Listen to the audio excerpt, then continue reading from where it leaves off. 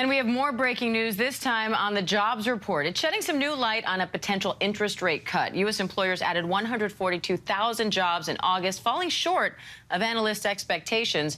Meanwhile, the unemployment rate fell to 4.2%. ABC's News business reporter Alexis Christoforous joins me for more on that. So, Alexis, break down these numbers for us. What does this tell you about the economy right now? It shows us that hiring improved a little bit last month. That's welcome news versus what we saw in July. The unemployment rate inched down a little bit. So overall, a pretty solid jobs report. Let's run through it quickly. 142,000 jobs added by employers. We were looking at a gain of 161,000, but you know what? This is a lot better than the 114,000 jobs we added in July. Remember, that sparked fears of a big slowdown in the job market. And that's also when we saw a big sell-off on Wall Street. Not the case today. Stocks are really having a muted response to this report that we're seeing today. The unemployment rate inching down to 4.2% from 4.3% in July.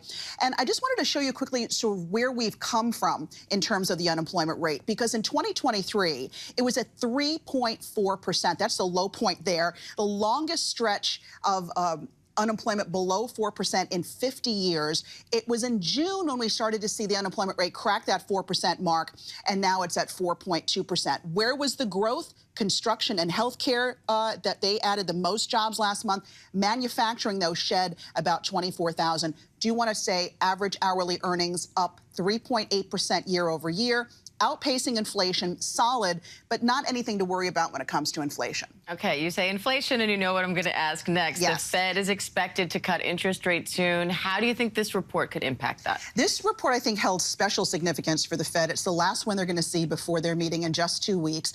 I don't think it brings us real clarity as to the size of that interest rate cut. We were hoping this would tell us whether or not the Fed's going to move more aggressively with a half-point cut or stick with a quarter-point cut. I think they've made it pretty clear we're due for a cut, and that the Fed has sort of moved its attention away from inflation, which seems to be behaving, and at least it's below 3% and moving closer to the Fed's 2%.